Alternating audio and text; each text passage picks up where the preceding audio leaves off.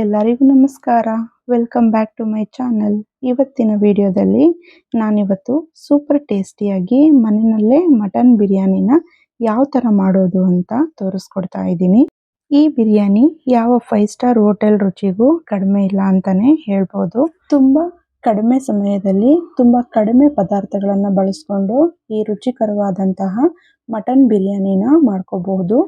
ಹಾಗಾದರೆ ತಡ ಮಾಡೋದು ಬೇಡ, ಬಿರಿಯಾನಿನ ಯಾವ ರೀತಿ ಮಾಡೋದು ಅಂತ ನೋಡ್ಕೊಂಬರೋಣ. ಮೊದಲಿಗೆ ಯಾರಾದರೂ ನಮ್ಮ ಚಾನಲ್ನ ಫಸ್ಟ್ ಟೈಮ್ ನೋಡ್ತಾ ಇದ್ದರೆ ಪ್ಲೀಸ್ ನಮ್ಮ ಚಾನಲ್ನ ಸಬ್ಸ್ಕ್ರೈಬ್ ಮಾಡ್ಕೊಳ್ಳಿ. ಈ ವಿಡಿಯೋ ನಿಮಗೆ ಏನಾದರೂ ಇಷ್ಟ ಆದರೆ ಫ್ರೆಂಡ್ಸ್ ಆ್ಯಂಡ್ ಫ್ಯಾಮಿಲಿಗೆ ಶೇರ್ ಮಾಡಿ ಮತ್ತು ಒಂದು ಲೈಕ್ ಕೊಡೋದನ್ನು ಮರಿಬೇಡಿ. ನೋಡ್ತಾ ಇರ್ಬೋದು ಬಿರಿಯಾನಿ ಎಷ್ಟು ಅದ್ಭುತವಾಗಿ ಬಂದಿದೆ ಅಂತ ಹೇಳ್ಬಿಟ್ಟು. ನೋಡಿದ್ರೇ ತಿನ್ನಬೇಕು ಅಂತ ಅನ್ನಿಸ್ತಾ ಇದೆ, ಅಷ್ಟು ಚೆನ್ನಾಗಿ ಬಂದಿದೆ. ವಿಡಿಯೋನ ಎಲ್ಲೂ ಸ್ಕಿಪ್ ಮಾಡಬೇಡಿ, ಕೊನೆವರೆಗೂ ನೋಡಿ. ಮೊದಲಿಗೆ ನಾನಿಲ್ಲಿ ಒಂದು ಮಿಕ್ಸಿ ಜಾರ್ನ ತೊಗೊಂಡಿದ್ದೀನಿ. ಅದಕ್ಕೆ 4ರಿಂದ 5 ಹಸಿರು ಮೆಣಸಿನ್ಕಾಯಿನ ಸೇರಿಸ್ಕೊಂಡಿದ್ದೀನಿ. ಒಂದು ಚಿಕ್ಕ ಈರುಳ್ಳಿನ ಸೇರಿಸ್ಕೊಂಡಿದ್ದೀನಿ. ಆನಂತರ 1 ಹಿಡಿಯಷ್ಟು ಪುದೀನ ಮತ್ತು 1 ಹಿಡಿಯಷ್ಟು ಕೊತ್ತಂಬರಿನ ಸೇರಿಸಿ ಚೆನ್ನಾಗಿ ನುಣ್ಣಗೆ ಗ್ರೈಂಡ್ ಮಾಡ್ಕೊಂಡಿದ್ದೀನಿ. ಈ ಮಸಾಲೆನ ಸೈಡಿಗೆ ಎತ್ತಿಟ್ಕೊಂಡು ನಾನು ಇಲ್ಲಿ 1/4 kg ಆಗುವಷ್ಟು ಮಟನನ್ನು ತಗೊಂಡಿದ್ದೀನಿ. ನಂತರ ಸ್ವಲ್ಪ ಚರ್ಬಿನ ತಗೊಂಡಿದ್ದೀನಿ. ಚರ್ಬಿ ಅಂದರೆ ಈ ನೆಣ ಅಂತಾರಲ್ಲ, ಅದನ್ನು ತಗೊಂಡಿದ್ದೀನಿ. ಅದನ್ನು ಬಿರಿಯಾನಿಗೆ ಹಾಕೋದ್ರಿಂದ ತುಂಬ ಟೇಸ್ಟ್ ಕೊಡುತ್ತೆ. ಹಾಗಾಗಿ ಒಂದು ಕುಕ್ಕರ್ನ ತಗೊಂಡಿದ್ದೀನಿ. ಆ ಕುಕ್ಕರಿಗೆ ಮಟನನ್ನು ಸೇರಿಸ್ಕೊತಾ ಇದ್ದೀನಿ. ಎಲ್ಲ ಮಟನನ್ನು ಕುಕ್ಕರಿಗೆ ಸೇರಿಸಿದ್ದಾದ್ಮೇಲೆ ಸ್ವಲ್ಪ ಅರಿಶಿನ ಸೇರಿಸ್ಕೊತಿದ್ದೀನಿ. ನಂತರ ಮಟನ್ನಿಗೆ ಉಪ್ಪಿಡಿಲಿ ಅಂತೇಳಿ ಸ್ವಲ್ಪ ಉಪ್ಪನ್ನು ಸೇರಿಸ್ಕೊತಾ ಇದ್ದೀನಿ. ಆನಂತರ ಶುಂಠಿ ಬೆಳ್ಳುಳ್ಳಿ ಪೇಸ್ಟನ್ನು ಸೇರಿಸ್ಕೊತಾ ಇದ್ದೀನಿ. ನಾವೇನು ಗ್ರೀನ್ ಮಸಾಲೆನ ರುಬ್ಬಿ ಇಟ್ಕೊಂಡಿದ್ವಲ್ಲ, ಅದರಲ್ಲಿ 1/4 ಭಾಗದಷ್ಟು ನಾನು ಮಸಾಲೆನ ಇದಕ್ಕೆ ಸೇರಿಸ್ಕೊಂಡು ಸ್ವಲ್ಪ ಮಟನ್ ಬೇಯಲಿಕ್ಕೆ ಎಷ್ಟು ನೀರು ಬೇಕೋ ಅಷ್ಟು ನೀರನ್ನು ಸೇರಿಸ್ಕೊಂಡು ಚೆನ್ನಾಗಿ ಒಂದು ಮಿಕ್ಸ್ನ ಕೊಡ್ತಾ ಇದ್ದೀನಿ. ಈ ಥರ ಎಲ್ಲದನ್ನು ಮಿಕ್ಸ್ ಮಾಡಿದ್ದಾದಮೇಲೆ ಕುಕ್ಕರ್ ಲಿಡ್ನ ಕ್ಲೋಸ್ ಮಾಡಿಬಿಟ್ಟು ಒಂದು 6ರಿಂದ 7 ವಿಸಲ್ನ ತಗೋಬೇಕು. ಅಷ್ಟರಲ್ಲಿ ಮಟನ್ನು ಚೆನ್ನಾಗಿ ಬೆಂದಿರುತ್ತೆ.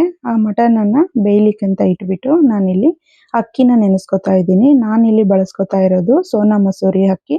ನೀವು ಯಾವ ರೈಸ್ ಬೇಕಾದರೂ ಬಳಸ್ಕೋಬೋದು. ಕೋಲಂ ರೈಸ್ ಬಳಸ್ಬೋದು ಅಥವಾ ಬಾಸುಮತಿ ರೈಸ್ ಬಳಸ್ಬೋದು, ಯಾವ್ದು ಬೇಕಾದರೂ ಬಳಸ್ಬೋದು. ನಾನು ಮನೆಯಲ್ಲಿ ಬಳಸೋ ಅಂಥ ಸೋನಾ ಮಸೂರಿ ಜೀರಾ ರೈಸ್ ಇತ್ತು, ಅದನ್ನೇ ಬಳಸ್ಕೊತಾ ಇದ್ದೀನಿ. ನಾನಿಲ್ಲಿ 2 ಲೋಟ ಅಕ್ಕಿನ 3ರಿಂದ 4 ಸಲ ಚೆನ್ನಾಗಿ ತೊಳೆದ್ಬಿಟ್ಟು ನೀರು ಹಾಕಿ ನೆನೆಲಿಕ್ಕೆ ಇಟ್ಟಿದ್ದೀನಿ. ಆನಂತರ ನೋಡಿ, ನಾವೇನು ಕುಕ್ಕರಲ್ಲಿ ಬೇಯಲಿಕ್ಕೆ ಇಟ್ಟಿದ್ವಲ್ಲ ಆ ಮಟನ್ ಎಲ್ಲ ತುಂಬ ಚೆನ್ನಾಗಿ ಸಾಫ್ಟಾಗಿ ಬೆಂದಿದೆ. ಈಗ ನಾವು ಇದಕ್ಕೆ ಒಗ್ಗರಣೆ ಮಾಡಲಿಕ್ಕೆ ರೆಡಿ ಮಾಡ್ಕೊಳ್ಳೋಣ. ನೋಡಿ, ಮಟನ್ ಎಲ್ಲ ಚೆನ್ನಾಗಿ ಬೆಂದಿದೆ. ಈಗ ಸ್ಟವ್ ಆನ್ ಮಾಡಿಕೊಂಡು ಒಂದು ಕುಕ್ಕರ್ನ ಇಟ್ಕೊಂಡಿದ್ದೀನಿ. ಕುಕ್ಕರ್ ಚೆನ್ನಾಗಿ ಬಿಸಿಯಾದ ನಂತರ ಇದಕ್ಕೆ ಒಂದು 4ರಿಂದ 5 ಟೇಬಲ್ ಸ್ಪೂನು ಆಯಿಲ್ನ ಸೇರಿಸ್ಕೊಂಡಿದ್ದೀನಿ. ನೀವು ತುಪ್ಪ ಬೇಕಾದರೂ ಸೇರಿಸ್ಕೋಬೋದು. ನಾನು ತುಪ್ಪ ಬಳಸೋದಿಲ್ಲ, ಹಾಗಾಗಿ ಬರೀ ಆಯಿಲ್ ಅಷ್ಟೇ ಸೇರಿಸ್ಕೊಂಡಿದ್ದೀನಿ. ಆಯಿಲ್ ಎಲ್ಲ ಚೆನ್ನಾಗಿ ಬಿಸಿಯಾದ ನಂತರ ಹೋಲ್ ಸ್ಪೈಸಸ್ನ ಸೇರಿಸ್ತಾ ಇದ್ದೀನಿ. ಸ್ಪೈಸಸ್ಸಲ್ಲಿ ಚಕ್ಕೆ, ಲವಂಗ, ಏಲಕ್ಕಿ, ಪಲಾವ್ ಎಲೆ ಮತ್ತು ಕಸೂರಿ ಮೆಥಿ ಮತ್ತು ಜಾಪತ್ರೆನ ಸೇರಿಸ್ಕೊಂಡಿದ್ದೀನಿ. ಇದಿಷ್ಟನ್ನು ಚೆನ್ನಾಗಿ ಎಣ್ಣೆಯಲ್ಲಿ ಫ್ರೈ ಮಾಡ್ಕೋಬೇಕು.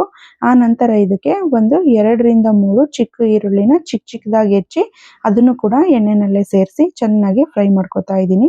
ಈರುಳ್ಳಿ ಎಲ್ಲ ಗೋಲ್ಡನ್ ಬ್ರೌನ್ ಕಲರ್ ಬರಬೇಕು, ಆ ರೀತಿ ಫ್ರೈ ಮಾಡಿಕೊಂಡ್ರೆ ಬಿರಿಯಾನಿ ತುಂಬ ಟೇಸ್ಟಿಯಾಗಿ ಆಗುತ್ತೆ. ಆ ನಂತರ ನಾನಿಲ್ಲಿ 2 ಟೊಮೆಟೊನ ಚಿಕ್ಕದಾಗಿ ಹೆಚ್ಚಿಬಿಟ್ಟು ಸೇರಿಸ್ಕೊಂಡು ಚೆನ್ನಾಗಿ ಎಣ್ಣೆಯಲ್ಲಿ ಫ್ರೈ ಮಾಡ್ಕೊತಿದ್ದೀನಿ. ಈ ಟೈಮಲ್ಲಿ ಸ್ವಲ್ಪ ಅರಿಶಿನ ಸೇರಿಸ್ಕೊತಾ ಇದ್ದೀನಿ.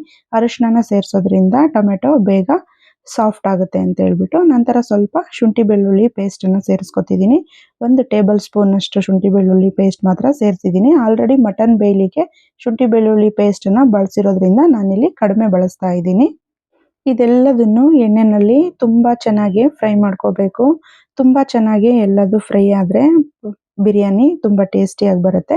ನಂತರ ನಾವೇನು ಗ್ರೀನ್ ಮಸಾಲೆನ ರುಬ್ಬಿಟ್ಕೊಂಡಿದ್ವಲ್ಲ, ಅದರಲ್ಲಿ ಸ್ವಲ್ಪ ಉಳಿಸಿದ್ವಲ್ಲ, ಆ ಗ್ರೀನ್ ಮಸಾಲೆನೂ ಕೂಡ ನಾನು ಈ ಎಣ್ಣೆಗೆ ಹಾಕ್ಕೊಂಡು ಚೆನ್ನಾಗಿ ಎಲ್ಲದನ್ನು ಫ್ರೈ ಮಾಡ್ಕೋತಾ ಇದ್ದೀನಿ. ಈಗ ನಾವು ಇದಕ್ಕೆ ಏನು ಮಟನನ್ನು ಕುಕ್ಕರಲ್ಲಿ ಬೇಯಿಸಿಟ್ಕೊಂಡಿದ್ವಲ್ಲ ಆ ಮಟನನ್ನು ಇದಕ್ಕೆ ಸೇರಿಸಿ ಎಲ್ಲದನ್ನು ಚೆನ್ನಾಗಿ ಒಂದು ಮಿಕ್ಸ್ನ ಕೊಡಬೇಕು. ನೋಡಿ, ನಾನಿಲ್ಲಿ ಮಟನ್ನ ಸೇರಿಸ್ತಾ ಇದ್ದೀನಿ. ಮಟನನ್ನು ಸೇರಿಸಿದ್ದಾದ್ಮೇಲೆ ಒಂದೊಳ್ಳೆ ಮಿಕ್ಸ್ನ ಕೊಡಬೇಕು. ಈ ಮಿಕ್ಸ್ನ ಕೊಡೋದ್ರಿಂದ ಅದರಲ್ಲಿರೋ ಎಲ್ಲ ಎಣ್ಣೆ ಅಂಶ ಮತ್ತು ಎಲ್ಲದು ಚೆನ್ನಾಗಿ ಹೊಂದ್ಕೊಳ್ಳುತ್ತೆ ಅಂತ ಹೇಳ್ಬಿಟ್ಟು ಈ ರೀತಿ ಚೆನ್ನಾಗಿ ಒಂದು 3ರಿಂದ 4 ನಿಮಿಷ ಎಣ್ಣೆಯಲ್ಲಿ ಚೆನ್ನಾಗಿ ಮಟನ್ನೆಲ್ಲ ಫ್ರೈ ಮಾಡಬೇಕು. ನಂತರ ನಾನಿಲ್ಲಿ ಖಾರಕ್ಕೆ ಅನುಗುಣವಾಗಿ ಖಾರದ ಪುಡಿನ ಬಳಸ್ಕೊತಾ ಇದ್ದೀನಿ. ನಿಮ್ಮ ಮನೆಯಲ್ಲಿ ಯಾವ ರೀತಿ ಖಾರ ಬಳಸ್ತೀರೋ ಅಷ್ಟು ಕ್ವಾಂಟಿಟಿನಲ್ಲಿ ಖಾರದ ಪುಡಿನ ಸೇರಿಸ್ಕೊಳ್ಳಿ. ನಮ್ಮ ಮನೆಯಲ್ಲಿ ಸ್ವಲ್ಪ ಖಾರ ಜಾಸ್ತಿನೇ ತಿನ್ನೋದ್ರಿಂದ ಸ್ವಲ್ಪ ಜಾಸ್ತಿನೇ ಸೇರಿಸ್ಕೊಂಡಿದ್ದೀನಿ. ನಂತರ ಮನೆಯಲ್ಲೇ ಇರೋವಂಥ ಧನಿಯಾ ಪೌಡ್ರನ್ನ ಸೇರಿಸಿದ್ದೀನಿ. ಧನಿಯಾ ಪೌಡ್ರನ್ನ ಸೇರಿಸ್ಬಿಟ್ಟು ಒಂದೊಳ್ಳೆ ಮಿಕ್ಸ್ನ ಕೊಡ್ತಾ ಇದ್ದೀನಿ. ಆನಂತರ ಸ್ವಲ್ಪ ಮಟನ್ ಬಿರಿಯಾನಿ ಮಸಾಲಾನ ಸೇರಿಸ್ಕೊತಾ ಇದ್ದೀನಿ. ಇದನ್ನ ಹಾಕೋದ್ರಿಂದ ಮಟನ್ನಿಗೆ ಎಕ್ಸ್ಟ್ರಾ ಫ್ಲೇವರ್ ಬರುತ್ತೆ. ಹಾಗಾಗಿ ಇದಷ್ಟನ್ನು ಹಾಕ್ಬಿಟ್ಟು ಚೆನ್ನಾಗಿ ಎಣ್ಣೆಯಲ್ಲಿ ಅದೆಲ್ಲ ಸ್ಮೆಲ್ ಎಲ್ಲ ಬಿಟ್ಕೊಳ್ಳೋ ಥರ ಚೆನ್ನಾಗಿ ಫ್ರೈ ಮಾಡ್ಕೊತಾ ಇದ್ದೀನಿ.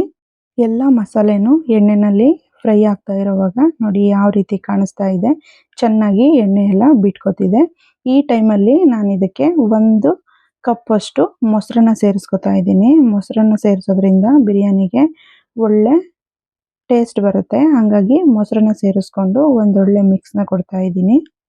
ಆ ನಂತರ ನಾನಿಲ್ಲಿ ಒಂದು ಅರ್ಧ ಟೀ ಗ್ಲಾಸಷ್ಟು ಹಾಲನ್ನು ಸೇರಿಸ್ಕೊತಾ ಇದ್ದೀನಿ. ಹಾಲನ್ನು ಸೇರಿಸೋದು ರೆಸ್ಟೋರೆಂಟ್ಗಳಲ್ಲಿ ಬಿರಿಯಾನಿ ಯಾವ ಟೇಸ್ಟ್ ಬರುತ್ತೋ ಆ ಟೇಸ್ಟ್ ಬರುತ್ತೆ ಹಾಲನ್ನ ಸೇರಿಸೋದ್ರಿಂದ.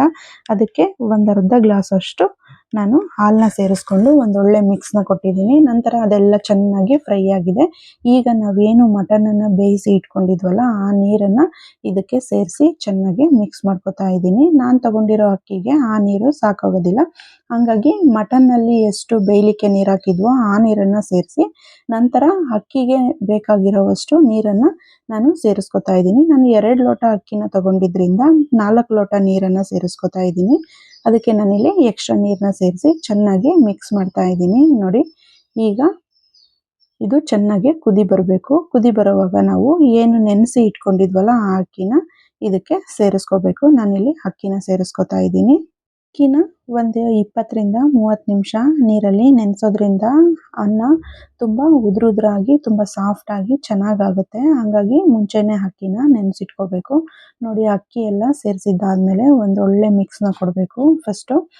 ನಂತರ ಈ ಸಮಯದಲ್ಲಿ ಒಂದು ಅರ್ಧ ಹೋಳಷ್ಟು ನಿಂಬೆಹಣ್ಣನ್ನು ಸೇರಿಸ್ಕೋಬೇಕು. ನಿಂಬೆ ಹುಳಿನ ಸೇರಿಸೋದ್ರಿಂದ ಅಕ್ಕಿ ಚೆನ್ನಾಗಿ ದಿಂಡುಗಟ್ಟುತ್ತೆ ಅಂತ ಹೇಳ್ತಾರೆ. ಹಾಗಾಗಿ ಈ ಟೈಮಲ್ಲೇ ಸೇರಿಸ್ಕೋಬೇಕು. ನಂತರ ನಾವು ಇದಕ್ಕೆ ರುಚಿಗೆ ತಕ್ಕಷ್ಟು ಉಪ್ಪನ್ನು ಸೇರಿಸ್ಕೋಬೇಕು. ಆಲ್ರೆಡಿ ನಾವು ಮಟನ್ನಿಗೆ ಉಪ್ಪನ್ನು ಸೇರಿಸಿರೋದ್ರಿಂದ ಟೇಸ್ಟನ್ನ ನೋಡಿಬಿಟ್ಟು ಉಪ್ಪು ಬೇಕು ಅಂದರೆ ಸೇರಿಸ್ಕೊಳ್ಳಿ, ಇಲ್ಲಾಂದರೆ ಬೇಡ.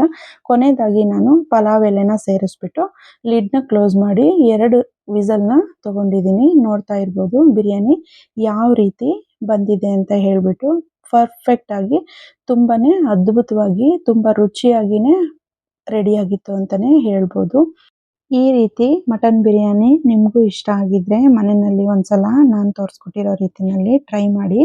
ರೆಸಿಪಿ ಯಾವ ರೀತಿ ಬಂದಿತ್ತು ಅಂತ ಹೇಳ್ಬಿಟ್ಟು ಕಮೆಂಟ್ ಮಾಡೋದನ್ನು ಮರಿಬೇಡಿ. ಈ ವಿಡಿಯೋ ನಿಮಗೆ ಇಷ್ಟ ಆಗಿದರೆ ಪ್ಲೀಸ್ ನಮ್ಮ ಚಾನಲ್ನ ಸಬ್ಸ್ಕ್ರೈಬ್ ಮಾಡ್ಕೊಳ್ಳಿ. ಹೊಸಬರಿಗೆ ನಿಮ್ಮ ಸಬ್ಸ್ಕ್ರೈಬಿಂದ ತುಂಬಾ ಹೆಲ್ಪ್ ಆಗುತ್ತೆ. ಮತ್ತು ಫ್ರೆಂಡ್ಸ್ ಆ್ಯಂಡ್ ಫ್ಯಾಮಿಲಿಗೆ ಈ ವಿಡಿಯೋನ ಶೇರ್ ಮಾಡಿ.